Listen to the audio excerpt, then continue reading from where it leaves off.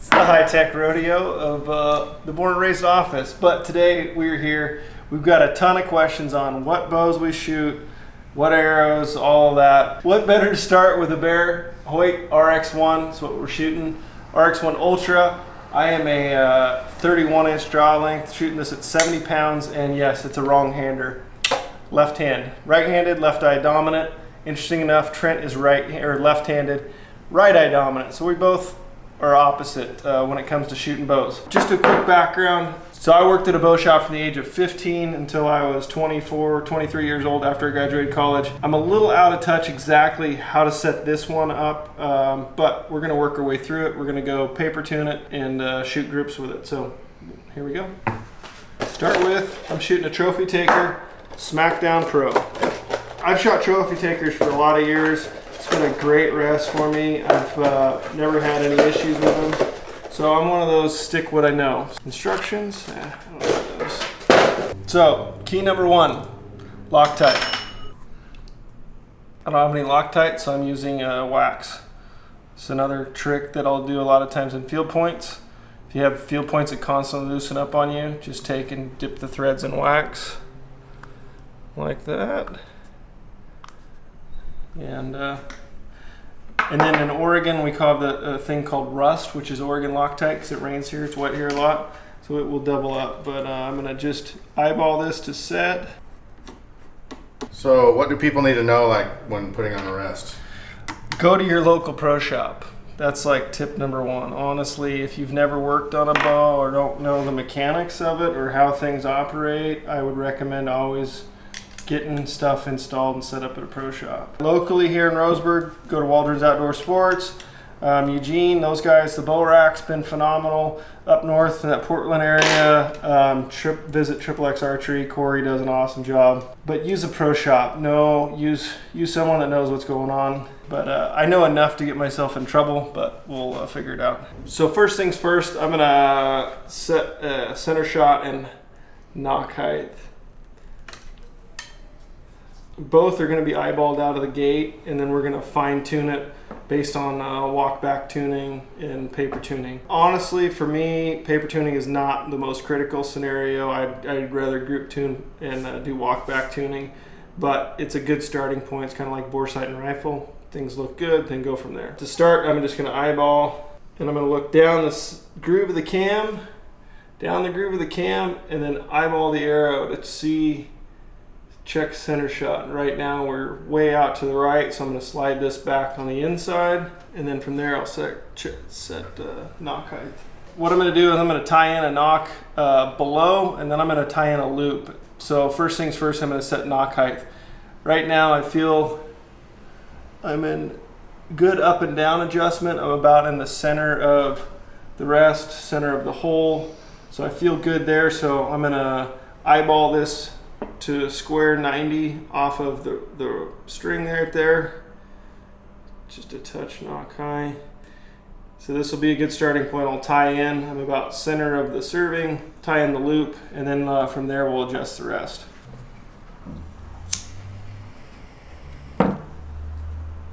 This is just a personal preference. I prefer having a hard nock tied in, just in case the loop came loose, wanted to slide on me or anything like that. This is a fixed point. So if I have to tie on a new loop, literally I'm not changing nock point, just tying in a new loop, wears it out. Just something I got taught a long time ago, and that's kind of how I roll. So that's set. I'm gonna double check everything's good here on the nock height. We're gonna bend this open just a touch. That thing loads easier. Just eyeball that off. Everything looks good. I'm gonna check my center shot. So center shot's way out, like I said before. I'm just eyeing down the groove of the cam through the riser down to the lower, and as you can see right now, basically it's set off. So I'm going to slide this in, and that'll give us a starting point. Everything looks good. I'm going to check my center shot. So center shot's way out, like I said before. I'm just eyeing down the groove of the cam through the riser down to the lower, and as you can see right now, basically it's set off. So I'm going to slide this in, and that'll give us a starting point. Like I said, the thing about this mostly is eyeballing this to start, and then shoot it through paper. Bore sight basically gives us a good starting point, and then go from there to adjust. So one tip that picked up from Wayne at the Bow Rock, Wayne and Chris both said, the set screw on the bottom side of this has a tendency to back out, so I'm going to super glue it in. There's no adjustment, it's just a stopper for the rest for height. This is where going to a pro shop where the guys do this day in, day out. I know literally they could put this rest on it and know exactly where the center shot is based on all the other bows and have it set up way faster than me. I just enjoy working on my own bow. It's kind of one of those satisfactory things. So I'll fumble my way through it. But like I said, going to a professional that knows his stuff, I'm, like I said, just gonna super glue this screw in.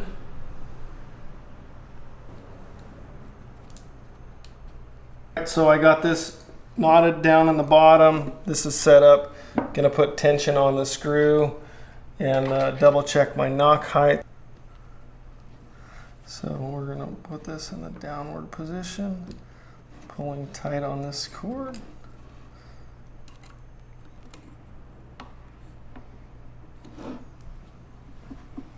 Looks good.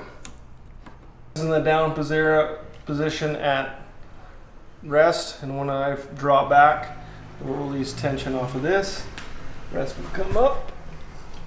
Nice. We're set. You gotta be pretty proud of yourself on that. Oh boy. Gotta be pretty proud. Next up, we're gonna tie in a rope loop. There's a magic length to this to do it all perfect.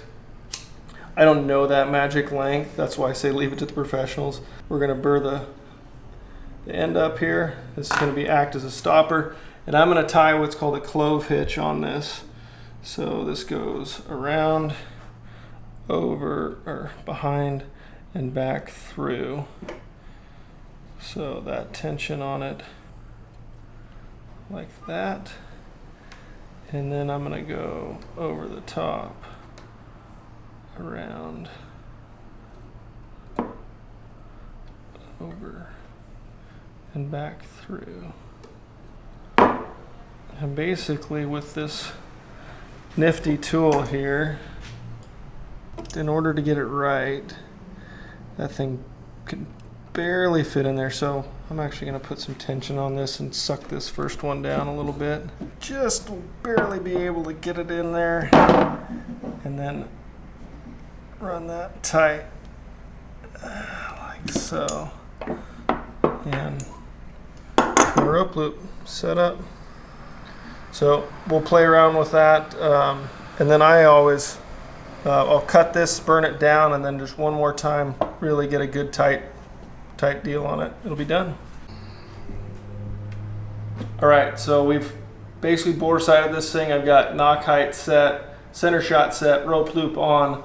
I put this peep in earlier before I set everything, so because I know that I'm gonna have to move this, but I wanted to account for the height difference here, because without a nock in there and then changing this, once you put a peep in there, it's going to change your nock height. So that's all set. I'll have to play around with that. Next up, sight. This is a 5-pin adjustable. It has second, third axis. We'll go through how to set up second and third axis. So this is a Tommy Hog, Spot Hog, and this is our favorite color configuration. All of us shoot this. 2 greens, a yellow, 2 greens with the last pin being an 010. Yellow is 40 yards, so 20 through 60, and then it's adjustable for 5. We've all shot this same exact pin setup for a lot of years, and this is with the MRT, so this is a multi-ring.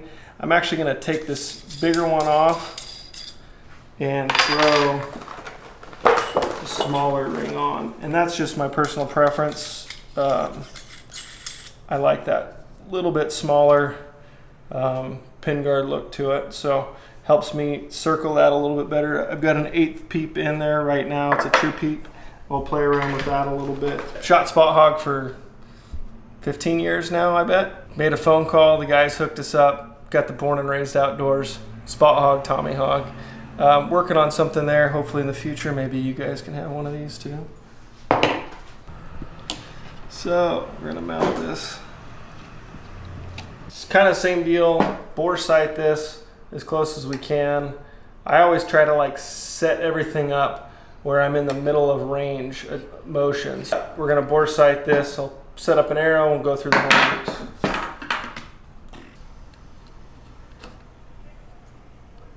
Okay, 2 more things, accessories. Tight spot. Like I said, I run a 7 arrow. Oopsie. Why do you need 7 arrows, Kody? Because 5's not enough. So one thing about like backpack hunting, having spare arrows is not a problem. Grouse arrow, I like to shoot a lot during season when I'm out in the woods practicing. So I'm all about having more arrows. So it's pretty easy just to, the ability now, it's literally I think like an ounce or 2 heavier, if that, to have your second arrow. It's the same, just a little bit bigger hood. And those 2 arrows get stacked on it. So that's what I'm running. That's the first time I've ever ran it, but I'm stoked for this year. Because a lot of times I'll just pack bare arrows, no point on them or a field point in them, down in my pack for doing a backpack hunt. So I won't have to do that this year. So the cool thing about this quiver, you can adjust this angle, you can tilt the air, you know, however you want them. My biggest thing is making sure that this clears the rest, doesn't have any issues. All those are good. This tightens down. That's resting as a vibration dampener. Nothing here is in order. Looks solid. So I think the next step, I'm gonna head down to Waldron's and shoot this thing through paper and then walk back to it. So that's the plan. Oh, almost forgot. I'm shooting a Spider 8-inch. This is a cool one, born and raised, landed free. You can get those in our merch shop if you feel so inclined. We offer it in an 8-inch and 10-inch. Also, I'll need to get a sling while I'm down at Waldron's. I like shooting with a wrist sling. So we're ready to go to the range, shoot an arrow. I'm stoked. I'm excited because this is going to be the first time I get to draw this thing back with a release and an arrow. What I'm going to do right now is just double check my peep height. I think I'm going to be a touch high. We'll have to play with that. Draw length feels good. Gee. Trigger's a little light. Gonna have to heavy that up. Feels good. I think buried in that target. Left right was like money. Left, right. Yeah. Bring it home. That thing's buried in there.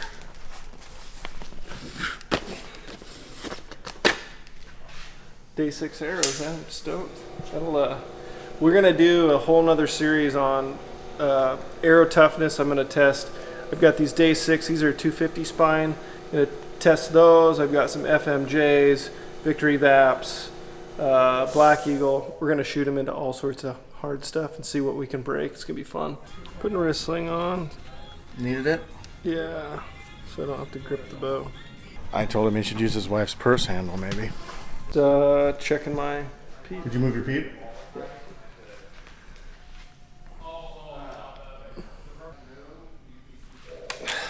So, put a twist in the string, get that to move around, and hopefully We can shoot it? get that set and then start playing with tuning.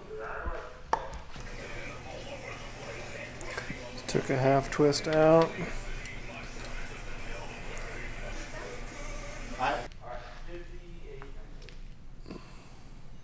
Turn a little bit on you.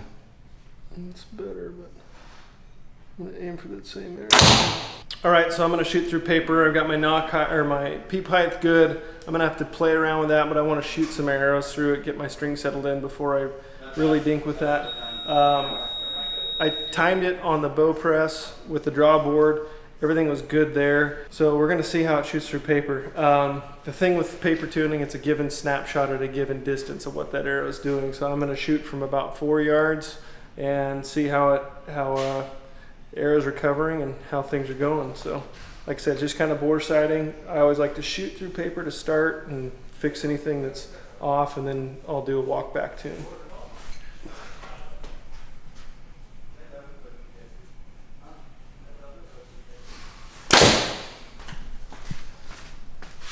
Feel almost bullet hole-ish. Looks So good. it's like, I mean, A little maybe down the left. Yeah, just so basically the point's going in and that arrow is just maybe a touch down, touch left, but really good place to start. So what are you going to do now?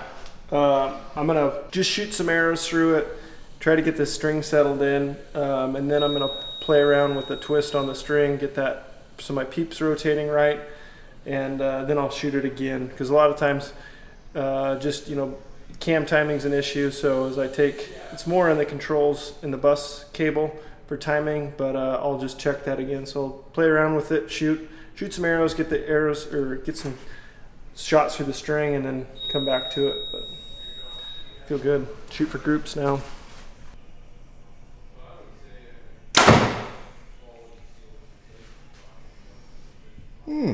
I'm feeling good. This, honestly, I will tell you, this is the easiest bow I've ever set up. I think I got a little lucky in bore sight in this sucker. Like I said, eye in it. My center shot's good, and at 7 yards, I'm literally right exactly where I need to be. So generally, 7 to 20 yards is really close. So I feel good to go out and shoot at long distance right now, or out to 60. Thanks for tuning in and watching this. Like I said, super excited to hunt with the RX-1 Ultra this year. See if we can't kill some bulls. Land of the Freak 2.0 is fast approaching. Just thank you guys so much for watching us. Please hit that subscribe button. Share it with your friends. We've got a lot more fun videos coming up. So until next time.